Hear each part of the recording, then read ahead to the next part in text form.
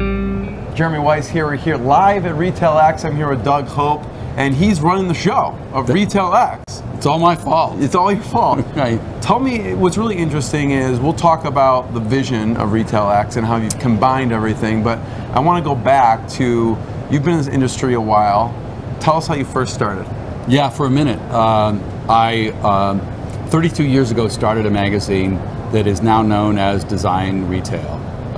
And you know, against all odds, it's still here. Not many magazines make it that far. 5 years into the industry, I'd been to more than 1,000 prime manufacturers in the industry and realized that there was a marketplace. And yet there was not a trade show that served it.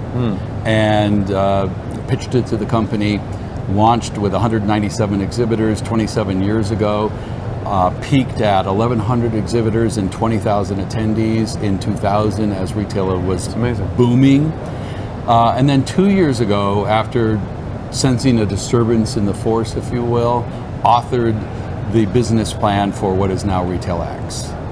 So now the combination of almost 50 years worth of trade shows between the three platforms that are here, with 3 trade shows that our company owns, representing the full spectrum of retail solutions. Yeah, your vision came out of all the feedback and your experience. Right. What was a vision for RetailX combining the shows and combining the different, you know, e-commerce and retail together? Great question. So, and that's a question that our exhibitors particularly were saying, what does e-commerce have to do with me, or what does physical retail have to do with me, depending on which show I was in. And so, here's the first data point on that. 48 of the top 50 e-commerce companies are legacy brick-and-mortar firms. So they're the same companies, and it doesn't make sense for a trade show serving those 50 companies or 100 companies or 1,000 companies to say, for e-commerce you should go to this show this time of the year, and for physical stores go to this, when it's the same companies. Yes, and they have teams from the same companies. Right, at headquarters they're working together increasingly, not in silos, but in flat organizations. And so our show was arranged perfectly for you if you like to get frequent flyer miles and you like to get hotel points. Right. But it doesn't make much sense as a practical matter. So that's why the combination. And then the addition of RFID, which is essential to anybody that is in multi-channel or omni-channel business models.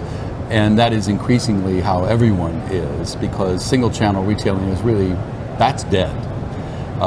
Brick and mortar retail isn't dead, far from it. It's still 90% of retail, but by the same token, it's regional. So if I'm an independent retailer with one store, I can become a national retailer by going online. And so the e-commerce has actually been a savior to brick and mortar. And brick and mortar would like to thank e-commerce for showing brick and mortar how to grow in a couple of ways. One, first of all, with websites, and then second of all, through the deployment of e-commerce solutions that allow shoppers on their way home from the office to pick up something in the store that they've ordered online. And as great as that has been accepted and as deep a trend as it has been established just in 2 years' time, we're way behind the United Kingdom. They're 60% deployed, really? We're 30. And you know, as far as the shopper is concerned, it should be 100%. So we have a lot of catching up to do just to tap into that hot consumer trend that you know, combines the convenience of online with the proximity of a store that I already drive by on the way home every day. Yeah. Misconceptions. You know, we've talked at length about, you know, there's this buzz around e-commerce and all this is happening in e-commerce and versus retail. Talk about some of the misconceptions of e-commerce versus retail. What's going on in this space? Well, you know, the trajectory of brick and mortar retail is increasingly toward more e-commerce, and that's been for 5 years.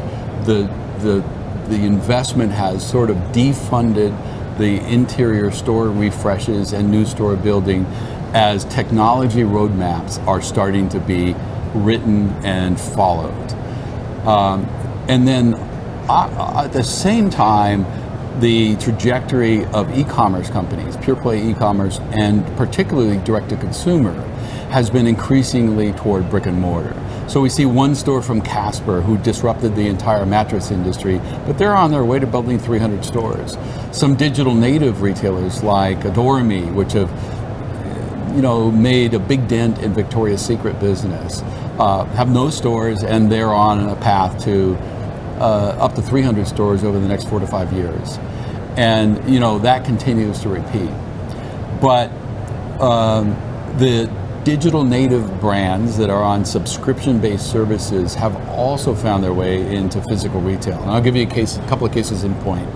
Quip is a toothbrush.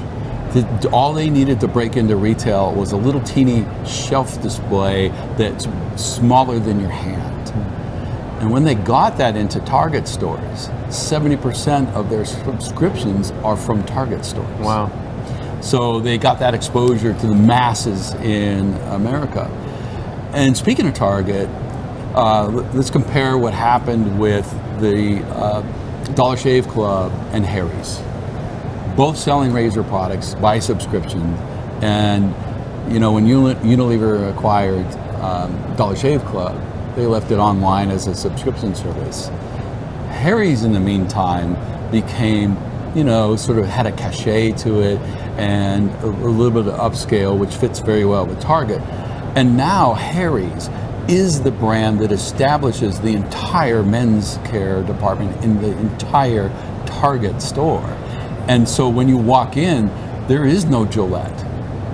There is no Unilever as far as the eye sees, as far as the branding of the department.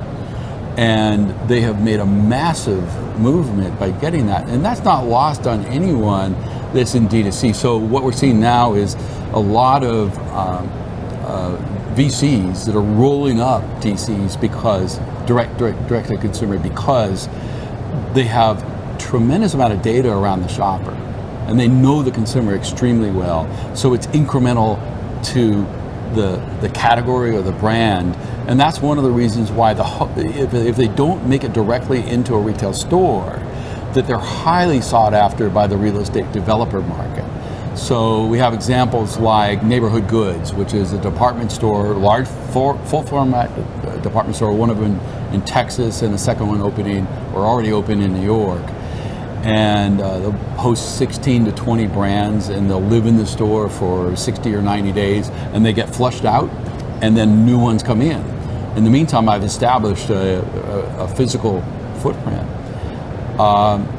Beta, which is right here in Chicago and other locations, which has a lot of the crowd-funded technology products, and it's sort of a place where you can go in and touch and feel and see.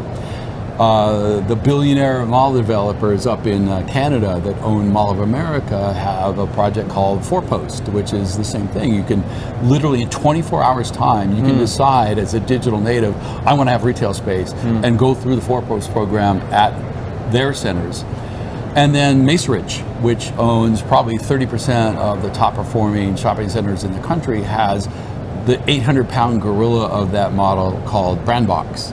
And so they're intentionally building a way in for those digital native brands to get into physical retail, and they're sort of ushering them through because quite brilliantly, Macerich is saying that is my tenant of the future.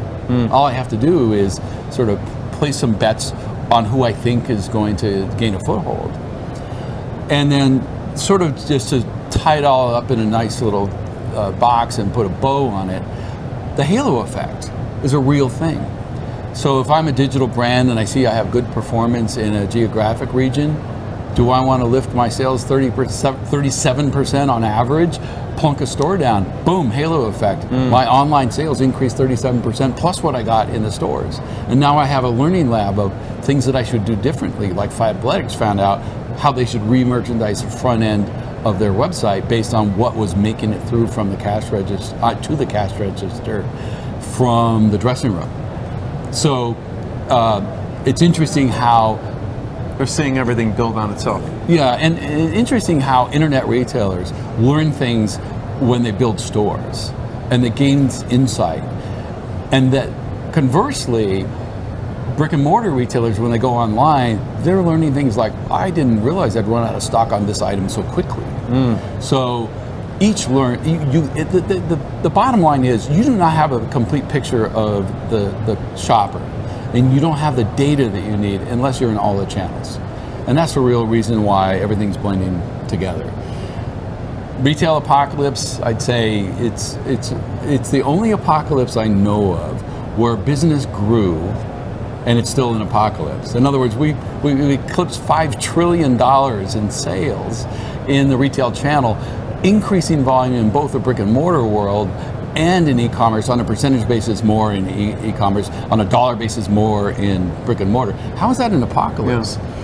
And it turns out it was an SEO play by the media. I was going to say, what do you think caused that? Right. It was an SEO play.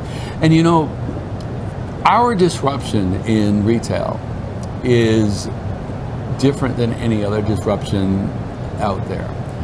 And the reason for that is that America's favorite sport is not football. It's shopping. It's our favorite thing to do. It's universal. Everybody shops. Everybody has an opinion about shopping. Everyone talks about their most recent experience shopping or discovering online or offline. And so it's a very public disruption.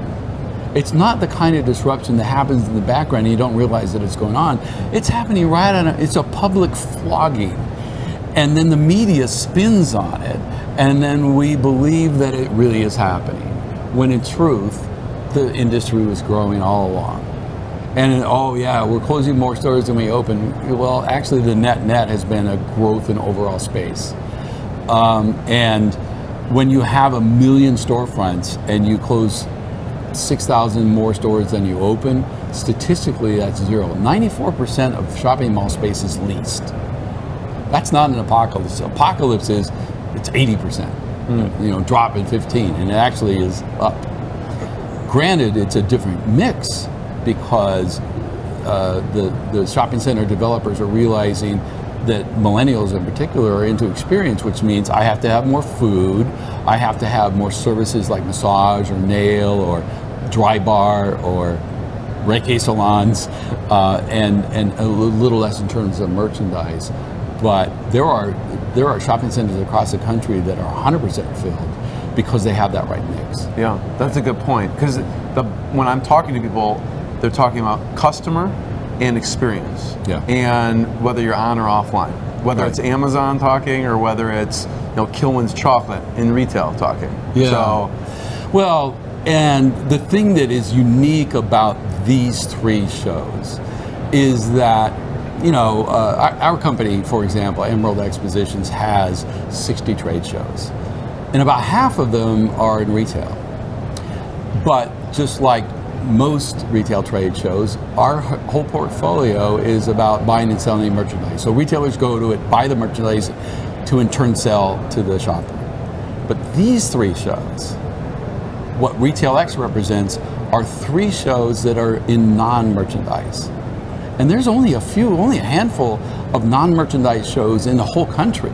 But these are the three that are about presenting, romancing, and selling merchandise. And they're only ones that do it. There's no other combination that has that. So if your trajectory is toward physical or towards digital or more of both, and if you need the connective tissue of it with RFID so you know where the product is that you're trying to romance and present and sell, that regardless of channel, you have to have these. These are three essential ingredients to anyone that wants to sell merchandise.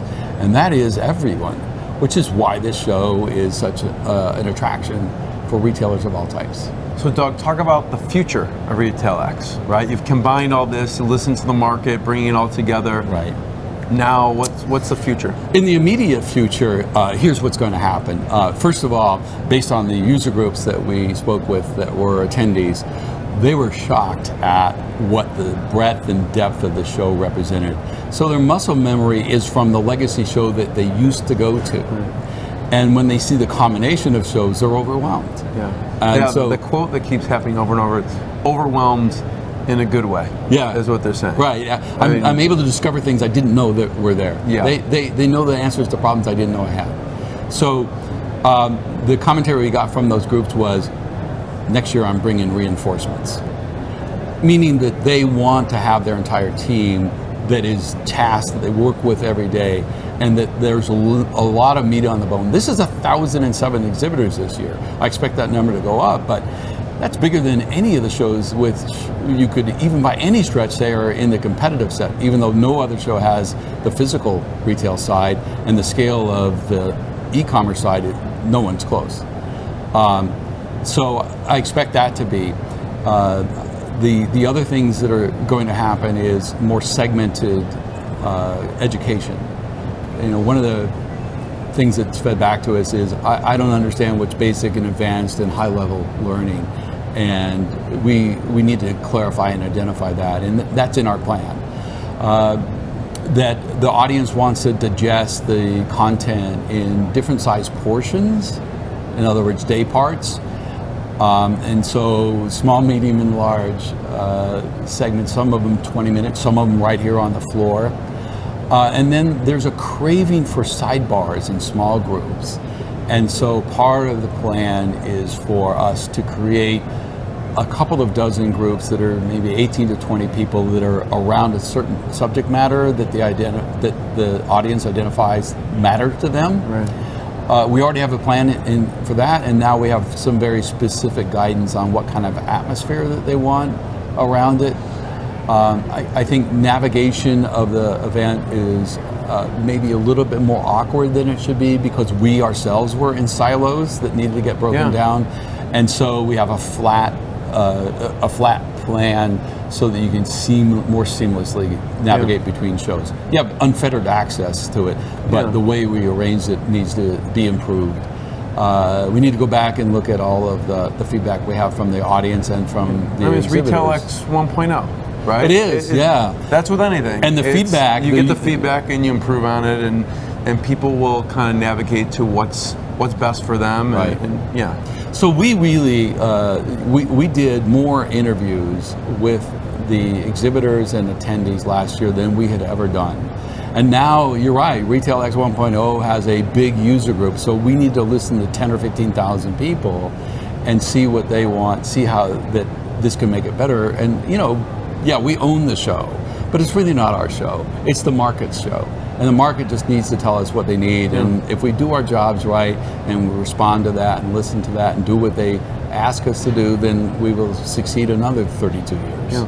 Where should we point people online, Doug, for the people out there listening? Yeah, RetailX.com. Next year? Yeah, RetailX.com. So we were going from 5 websites to 1 website. Okay. Does that sound a little simpler? A little bit simpler. Go to RetailX.com. Thank you.